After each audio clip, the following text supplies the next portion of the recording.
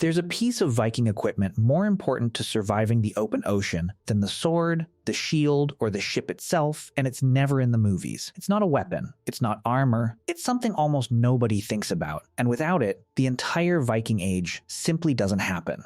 Before we get to what it actually was, picture the thing paintings and movies consistently leave out. A Viking longship has no cabin, no stove, no walls above the waterline worth mentioning. 30 men sit a few feet above black North Atlantic water, spray crossing the gunnel every few seconds, wind pushing through damp clothing for hours at a stretch, and night coming on regardless of how anyone feels about it. The heroic paintings show the striped sail and the carved dragon prow and 30 men staring toward the horizon like it personally wronged them. They don't show one of those men quietly losing feeling in his fingers 3 hours into a night watch. So how did they actually survive this, night after night, voyage after voyage, for roughly 3 centuries? Not with secret Viking toughness. Their bodies worked exactly the way yours does. Cold water pulled heat out of them at the same rate it would pull it out of you, and Vikings absolutely did suffer hypothermia. This wasn't some population immune to physics. What they had instead was something less cinematic and considerably more impressive, an integrated survival system,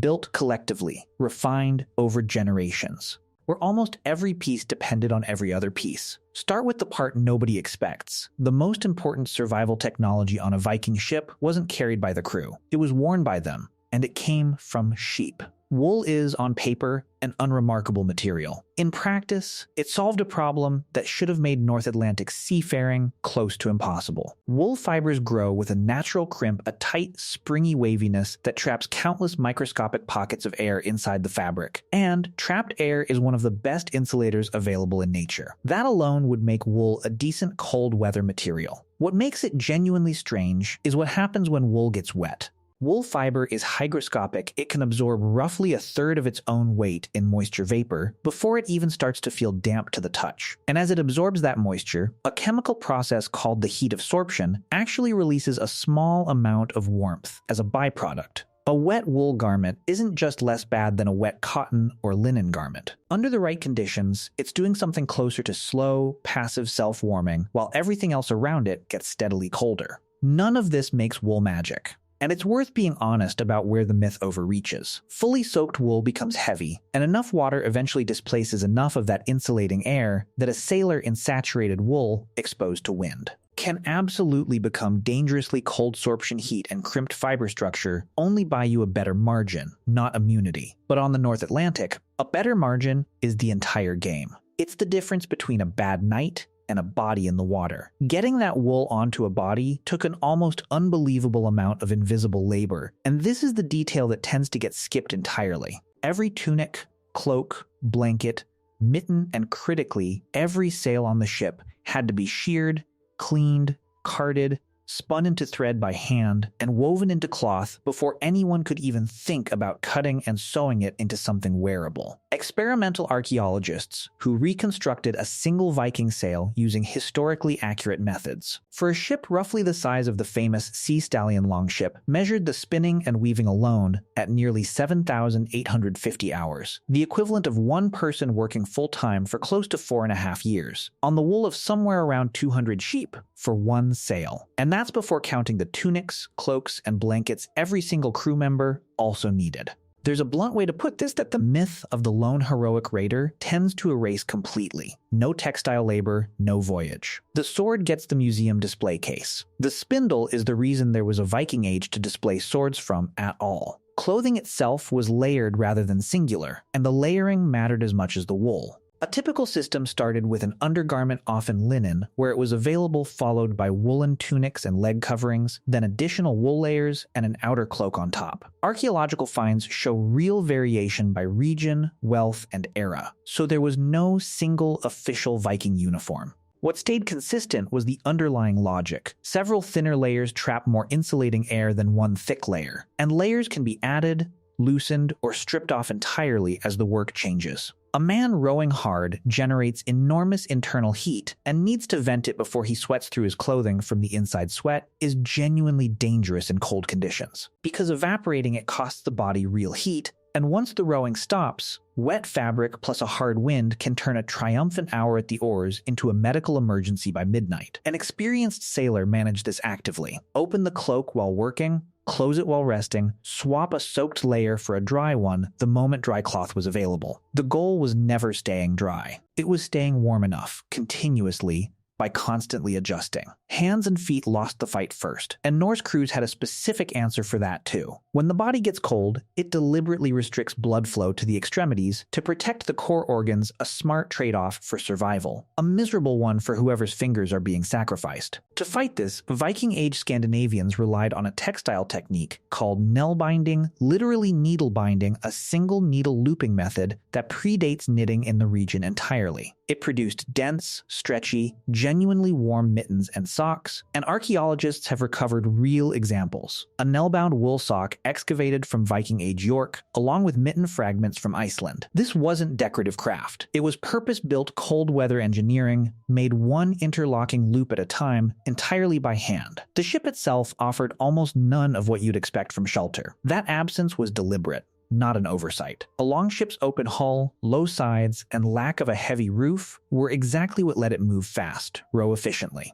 And beach directly on open shoreline instead of needing a harbor or roof would have added weight, caught wind like a sail nobody wanted, and made the ship dramatically worse in exactly the conditions it needed to handle. The overlapping planks along the hull did block some low wind, and crews could crouch lower inside the boat or huddle behind stowed cargo and shields for partial cover. But there's a popular image worth retiring here, the idea of shields locked in a continuous wall along the rail, acting as a kind of Viking storm shelter. Shields probably were hung along the sides in certain situations, and they'd have incidentally blocked some spray. A full defensive wall of them in genuinely rough water, though, mostly just adds windage and risks losing shields overboard. Vikings were practical people who used whatever was already at hand. They didn't need every useful improvisation turned into a named piece of technology. The single most reliable heat source on the ship, it turns out, was other people. A resting body radiates heat continuously, and a rowing body radiates considerably more so when 30 or so men occupied a narrow open hull.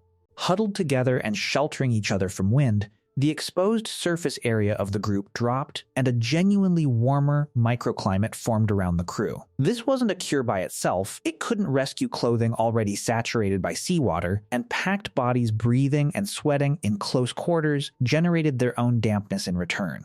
But combined with blocked wind and reasonably dry layers, proximity mattered enormously. Privacy effectively ceased to exist on a Viking ship. Survival, on the other hand, approved, labor generated the rest of the heat. Rowing, hauling rope, raising the mast, trimming the sail, bailing water that inevitably worked its way into even a well-built hull of Viking ship carried no idle passengers. And hard physical work is remarkably effective at generating warmth, sometimes to the point that overheating became the immediate problem during a strenuous row. The danger arrived right after the labor stopped. A rower comes off the oars soaked in sweat, the wind finds that wet clothing immediately, and the cold returns with real force. This single pattern is exactly why organized watch systems existed. Crews rotated some rowing or steering, while others rested, ate, repaired gear, bailed, or slept whenever sleep was physically possible, because a ship that exhausted every man simultaneously would have no one left functional when a storm actually arrived.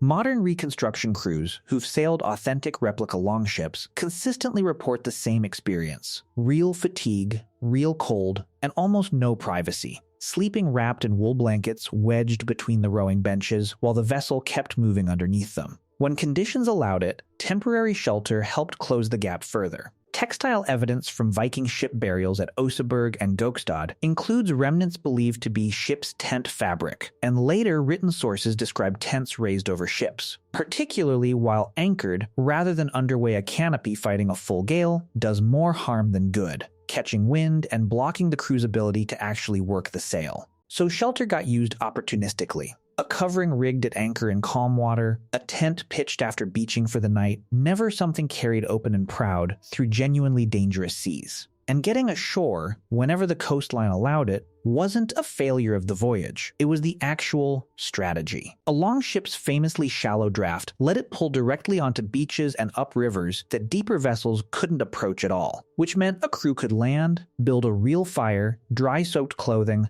cook a proper hot meal, patch damage, and sleep on ground that wasn't actively trying to roll them into the sea. Fire on the open water itself was rare and dangerous. For obvious reasons, a wooden ship with a cloth sail and rope rigging is not an ideal place for an open flame, and evidence for routine cooking fires at sea during the Viking Age is thin. The realistic pattern was cold provisions underway dried fish, salted and preserved meat, hard bread, cheese, butter for concentrated fat, and hot food only once the keel touched sand. The famous northern routes connecting Norway to Shetland, the Faroe Islands, Iceland, and eventually Greenland weren't one blind leap across open ocean. They were a chain of island stepping stones, each hazardous crossing still bounded by a nearby landfall, deliberately shortening the amount of time any crew spent fully exposed. One popular myth deserves a direct correction. Vikings drank ale, but alcohol was never a functional defense against the cold, and in a real sense, it worked against them. Alcohol widens blood vessels near the skin, which produces a genuine sensation of warmth while simultaneously accelerating the rate at which the body actually loses heat, since more blood is now flowing close to the cold surface. It also dulls judgment at precisely the moment a slick, pitching deck rewards sharp judgment most. A little weak ale supplied fluid and calories. It did not make anyone more resistant to hypothermia, if anything, the opposite. Underneath all of it sat something harder to picture, but arguably more important than the wool: accumulated weather knowledge passed down as oral tradition across generations. Experienced sailors read wind, cloud patterns, wave behavior, and the color of the water itself,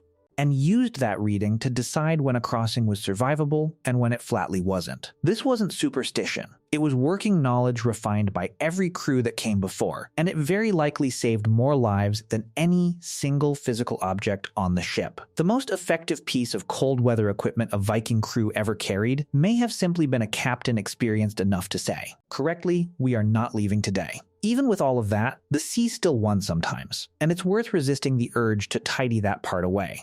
Storms broke masts and tore sails regardless of preparation. Once a man went into that water, everything changed instantly. Near freezing seawater pulls heat away from the body many times faster than cold air does. Heavy wet wool becomes a genuine liability for swimming rather than an asset, and there were no immersion suits, no radios, no rescue helicopters waiting nearby. Survival at that point depended entirely on other crew members being close enough and fast enough to physically pull a person back aboard. It's worth remembering, too, that we mostly know the routes that worked. A ship that went down usually took its crew and most of its story with it, which quietly biases everything we think we know toward the successful crossings. So if you're picturing a single trick, a coat, a heater, a secret northern hardiness, that's the wrong shape for the answer entirely. Wool worked because of what happened inside individual fibers. Layering worked because it could flex with changing labor and weather. Nailbinding protected the extremities that failed first. Watch rotations protected against total crew exhaustion.